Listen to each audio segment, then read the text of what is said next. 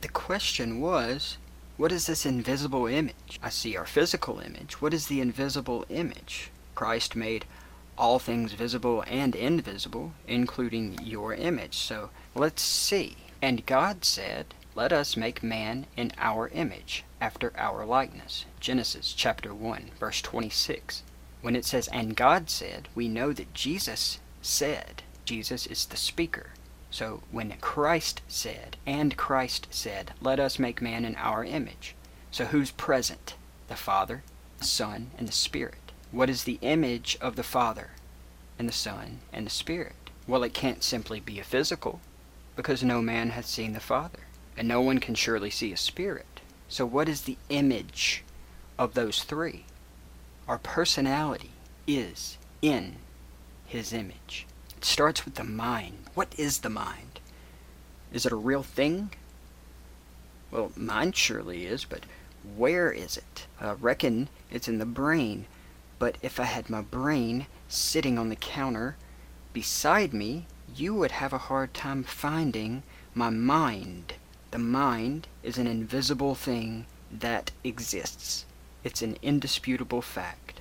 As we read forward in Philippians chapter 2, verses 1 through 7, if there be therefore any consolation in Christ, if any comfort of love, if any fellowship of the Spirit, if any bowels of mercy, fulfill ye my joy, that ye be like-minded, having the same love, being of one accord, and of one mind. Let nothing be done through strife and vainglory, but in lowliness of mind. Let each esteem others better than themselves.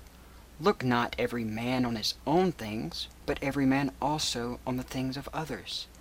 Let this mind be in you, which was also in Christ Jesus, who being in the form of God, thought it not robbery to be equal with God, but made himself of no reputation, and took upon him the form of a servant, and was made in the likeness of men. Christ, who is God, and created you in the beginning, also created the mind that is inside of you. The mind. Let this mind be in you, which was also in Christ. The mind is the image, because the image can't possibly be his physical image, but made himself to no reputation, and took upon him the form of a servant, and was made in the likeness of men. We are going to make them in my image. This is a likeness of man, not an eternal image. But let's continue a little bit further. Also, this image that we lug around, this bag of bones that we have, is simply a vessel that carries you. The you part of you has nothing to do with your physical being. But let's move a little bit further into the will of God, God's will for us. What is our will for God? What is our will for our lives or our families? We can act out a will, but until it manifests, it's simply an idea. In Romans chapter 8, verse 27, he that searcheth the hearts knoweth what is in the mind of the Spirit, capital S, because he maketh intercession for the saints according to the will of God. So the invisible Spirit, capital S, also has a mind, like Christ, like the Father, like you. The Spirit that speaks to God on your behalf, because your earthly body, though important to sustain if it were to die, we gain Christ. We being the mind and the will, the you part of you. This goes into the ground. You are eternal. One step further. Emotion. Emotion defined. A natural instinctive state of mind deriving from one's circumstances, moods, or relationships with others. Another invisible thing, until the subject of the emotion acts out the unmanifested feeling. It's invisible.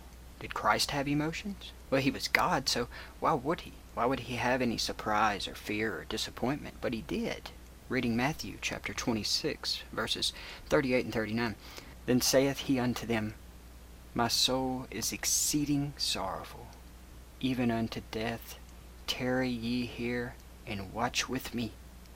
And he went a little further, and fell on his face, and he prayed, saying, O my Father, if it be possible, let this cup pass from me. Nevertheless, not as I will, but as thou wilt. Sadness, not about his earthly body, but for the fact that his mother would have to watch him dragged through the streets, beaten, and hung on the cross. His disciples would have to see the same. Continuing down, Matthew chapter 21, verses 12 through 14. And Jesus went into the temple of God and cast out all of them that sold and bought in the temple, and then overthrew the tables of the money changers and the seats of them that sold doves. And then he said unto them, It is written, My house shall be called the house of prayer, but ye have made it a den of thieves. And the blind and the lame came to him, and he healed them. You see frustration, boldness, and compassion, all three in a row. Jesus Christ had a mind, had a will, and an emotion, just like you. He knows you, and he's interested in having a personal relationship with you. Now, I hope that this has been interesting to you, and I hope that it will cause you to study and look a little deeper. As a final note, I will say this. If you are searching for Christ, he is always at the door. Christ made our gospel simple for a reason. I'm not a scholar and I'm not special. I simply have the only thing necessary to receive salvation, and that is faith in the gospel of Jesus Christ. As you see on the screen in front of you, the ABCs of salvation, so simple a child can understand it. The gospel is not meant to be convoluted and confusing. The Bible was meant to be in the hands of every plowboy. If you read it and study it, the Lord will open it up to you. But if what you're seeking is a personal relationship with Christ, this is what you have to do. You have to admit your sin. Everyone has sin. I have sin. It's not specific to you, but we must admit it and want to turn from it. Romans 3:23 tells us that all have sinned and come short of the glory of God. All means all. Everybody has sinned, but all sins have been covered by the blood of Christ. So he waits for you. At that point, you have to believe. You have to believe. It's always the question, what do I have to believe? The gospel of Jesus Christ. You believe that Jesus Christ came to this earth as a man, that he died at Calvary, shedding his blood, covering all sins. He was buried and his earthly body had perished and died, and that he rose again on the third day according to the scriptures. That is what you believe. 1 Corinthians chapter 15, verses 1 through 4. Believe that in your heart. And then call upon the name of Christ, and he will seek you.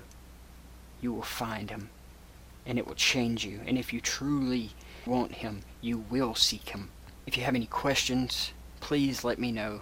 Comment down below, subscribe, and all of those other things. But thank you so much for listening, and most importantly, keep the Lord first.